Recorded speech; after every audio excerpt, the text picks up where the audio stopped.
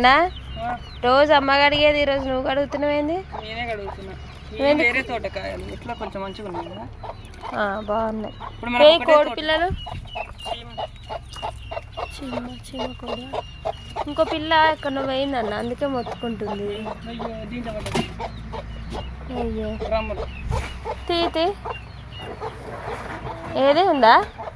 ఏది చూపి పాపం దీనికోసం.